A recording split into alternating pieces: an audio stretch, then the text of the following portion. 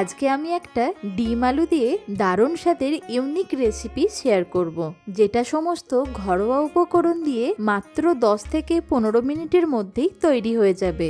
আর এইটা ইউনিক বলছি এই কারণে, মাত্র 2টো ডিম আর 2টো আলু দিয়ে বাড়ির সবার জন্য এই রেসিপিটা বানিয়ে নিতে পারবেন। তবে চলুন শুরু করা যাক আজকের ভিডিও। আমি সুকন্যা। আজকে আমার ব্যাপক রান্না হলো ডিমের ধোকাকারি। এই ডিমের ধোকাকারি বানানোর জন্য আমি এখানে 2টো মাঝারি মাপের সেদ্ধ আলু নিয়ে নিয়েছি। এই আলুগুলোকে প্রথমে আমরা একটু গ্রেট করে নেব। চাইলে আপনারা হাত দিয়ে অথবা ম্যাশার দিয়েও ভালোভাবে ম্যাশ করে নিতে পারেন।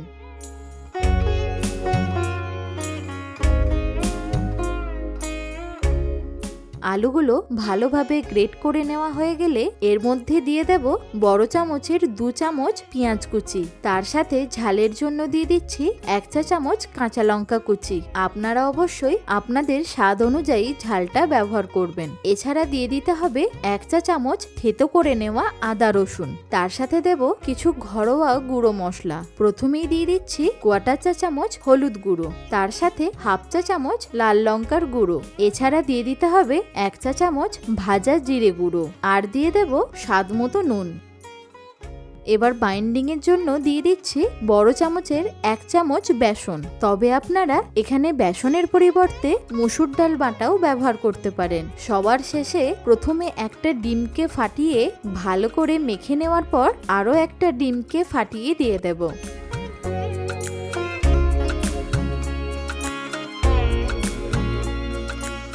তবে অবশ্যই লক্ষ্য রাখবেন মিশ্রণটা যেন খুব বেশি পাতলা না হয়ে যায়, ঠিক এইরকম একটু থকথকে থাকবে। এবার এই মিশ্রণটাকে আমাদের ধোকার মতো করে ভেজে নিতে হবে। তার জন্য একটা ফ্রাইং প্যান নিয়ে তার মধ্যে দিয়ে দেব 2 টেবিল চামচের মতো সাদা তেল। তেলটা ভালো মতো গরম হয়ে গেলে ডিমের মিশ্রণটা আমরা ঢেলে দেব। যেই চামচটা করে আমি ঢালছি সেই চামচটা দিয়েই চারিদিকটা একটু গোল করে দেব। তবে এই সময় গ্যাসের ফ্লেমটাকে কিন্তু লো টু মিডিয়ামে রাখতে হবে, তা না হলে তলাটা কিন্তু তাড়াতাড়ি পুড়ে যাবে আর ওপরটা কাঁচাই থেকে যাবে। এই ধোকাগুলোকে আরেকটু ফ্লেভারফুল করার জন্য ওপর থেকে দিয়ে দিচ্ছি সামান্য একটু ধনেপাতা কুচি। আপনারা চাইলে ডিমের মিশ্রণটা তৈরি করার সময়তেও ধনেপাতা কুচি ব্যবহার করতে পারেন। এবার একটা ঢাকা দিয়ে 2 থেকে 3 মিনিটের জন্য একদম লো ফ্লেমে এটাকে রান্না করে নেব। 3 মিনিট পর ঢাকাটা খুলে নিয়ে নিচের দিকটা ভালোভাবে ভাজা হয়ে গেলে এইভাবে ওপর থেকে একটা প্লেটকে চাপা দিয়ে ডিমটাকে উল্টে দিয়ে ওপর দিকটাও ভালোভাবে ভেজে নিতে হবে।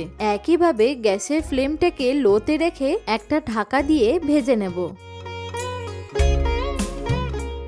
2টো সাইডই ভালোভাবে ভাজা হয়ে যাবার পর এবার এটাকে এরকম একটা পেপার অথবা একটা প্লেট কিংবা চপিং বোর্ডের ওপরে নামিয়ে নিতে হবে। তবে এটাকে গরম অবস্থায় একেবারেই পিস করতে যাবেন না, নইলে পিসগুলো ভেঙে যেতে পারে। এইটা এদিকে ঠান্ডা হোক, ততক্ষণে আমরা গ্রেভির মশলাটাকে বানিয়ে নিই। তার জন্য একটা কড়াই নিয়ে এর মধ্যে দিয়ে দেব 3 থেকে 4 টেবিল চামচ সরষের তেল। তেলটা ভালো মতো গরম হয়ে গেলে এর মধ্যে দিয়ে দিতে হবে 2টো মাঝারি সাইজের ডুমু ডুমু করে কেটে নেওয়া আলু। এই সময় সুন্দর একটু রঙের জন্য দিয়ে দেব 1/2 চা চামচ হলুদ গুঁড়ো। তার সাথে আলুগুলোর ভেতরে নুনটা যাতে ভালোভাবে ঢোকে তার জন্য 1/2 চা চামচ নুনও দিয়ে দিচ্ছি। এবার একবার নাড়াচাড়া করে নিয়ে ফ্লেমটাকে লো করে একটা ঢাকা দিয়ে দেব, যাতে আলুগুলো সুন্দরভাবে ভাজাও হয়ে যায় আর 40 to 50% মতো সেদ্ধও হয়ে যায়। এইদিকে একটা মশলার পেস্ট তৈরি করে নেব। তার জন্য একটা মিক্সির জারের মধ্যে দিয়ে দিচ্ছি 1/2 ইঞ্চি আদার টুকরো। তার সাথে দিয়ে দিতে হবে 4 থেকে 5টা রসুন। এছাড়া ঝালের জন্য দিয়ে দিচ্ছি 3 থেকে 4টে কাঁচা লঙ্কা। তার সাথে দিতে হবে একটা বড় সাইজের টমেটো কুচি। গ্রেভির স্বাদটাকে আরেকটু বাড়িয়ে নেওয়ার জন্য দিয়ে দিচ্ছি 1 চা চামচ চারমগজ। এবার অল্প পরিমাণে একটু জল দিয়ে একটা স্মুথ পেস্ট তৈরি করে নেব। এইদিকে আলুগুলোকেও বেশ সুন্দর করে 2টো সাইডই ভেজে নিয়েছি। এই আলুগুলোকে এবার আমরা তুলে নেব।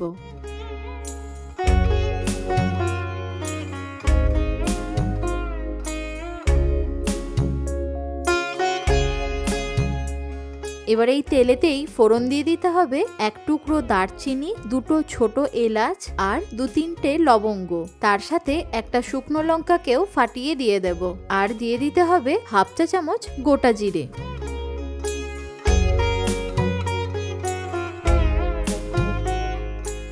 ফোড়ন থেকে সুন্দরভাবে গন্ধ বেরোতে শুরু করলে ঠিক সেই সময় একটা বড় সাইজের পেঁয়াজকে এইরকম ছোট ছোট কুচি করে দিয়ে দিতে হবে। এবার পেঁয়াজটা ততক্ষণই ভাজতে হবে যতক্ষণ না পেঁয়াজের কালারটা হালকা বাদামি কালার হয়ে যাচ্ছে।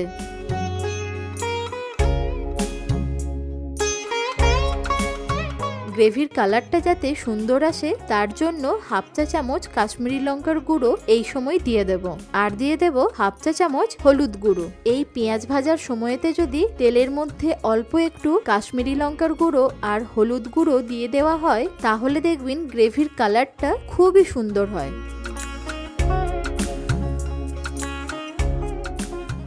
2 থেকে 3 মিনিট পেঁয়াজগুলো ভেজে নেওয়ার পর সুন্দর কালার এসে গেলে আগে থেকে বেটে রাখা মশলার পেস্টটাকে দিয়ে দেব। তার সাথে দিয়ে দিতে হবে স্বাদ মতো নুন। তবে নুনটাকে অবশ্যই বুঝে ব্যবহার করতে হবে, কারণ আমরা এর আগে অনেকবার নুন ব্যবহার করেছি। এবার মশলাটাকে ঢাকা দিয়ে খুব ভালো করে কষিয়ে নিতে হবে। এইদিকে ততক্ষণে ডিমের ধোকাটাও আমাদের বেশ ভালো মতো ঠান্ডা হয়ে গেছে। এবার একটা ছুরি দিয়ে এইগুলোকে ছোট ছোট পিস করে কেটে নেব। বেশ ভালো মতো ঠান্ডা হয়ে গেছে বলেই দেখুন ধোকার পিসগুলো সুন্দর করে কাটা যাচ্ছে। একটা পিস আপনাদেরকে তুলে দেখাচ্ছি, দেখুন কতটা পারফেক্ট ভাবে ধোকাগুলো তৈরি হয়েছে। এইগুলো যখন গ্রেভির মধ্যে ফোটানো হবে তখন ফুলে গিয়ে আরো বড় হয়ে যাবে। এবার ভালোভাবে মশলাটা কষিয়ে নেওয়ার পর যখন তেল ছাড়তে শুরু করবে সেই সময় ভেজে রাখা আলুগুলোকে দিয়ে দিতে হবে।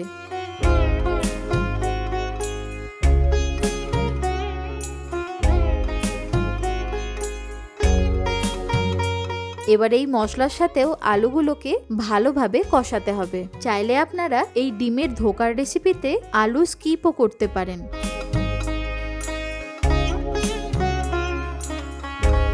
আলু আর মশলা ভালোভাবে কষানো হয়ে গেলে এর মধ্যে দিয়ে দিতে হবে 500 ml এর মতো উষ্ণ গরম জল। চেষ্টা করবেন রান্নাতে উষ্ণ গরম জল ব্যবহার করার, দেখবেন গ্রেভির স্বাদটা আরো বেড়ে যাবে।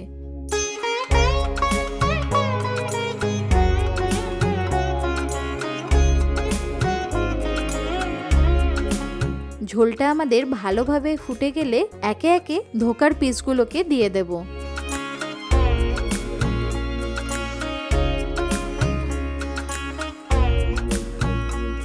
ভালোভাবে একবার মিক্স করে নিয়ে 3 থেকে 4 মিনিটের জন্য একটা ঢাকা দিয়ে দেব। আলুগুলো যেটুকু সেদ্ধ হওয়া বাকি আছে ভালোভাবে সেদ্ধ হয়ে যাবে আর ধোকাগুলো ফুলে গিয়ে নরম হয়ে যাবে।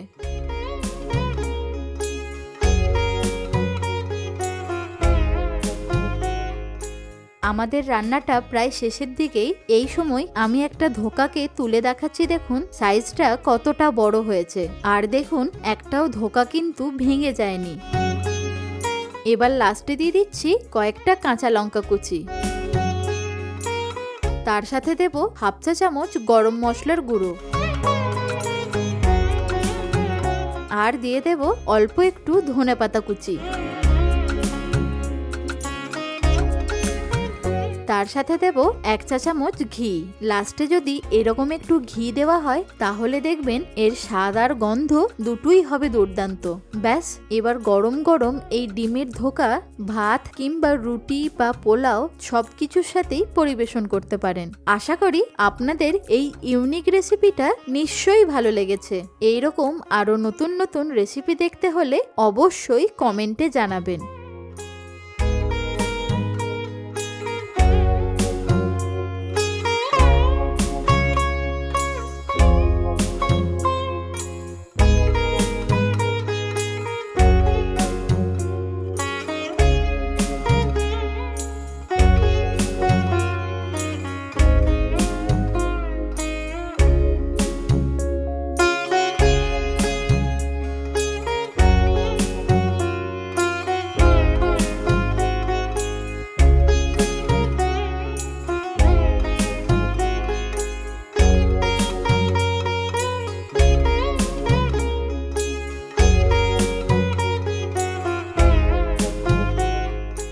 ভালো থাকুন, সুস্থ থাকুন, দেখতে থাকুন ব্যাপক রান্নাঘর।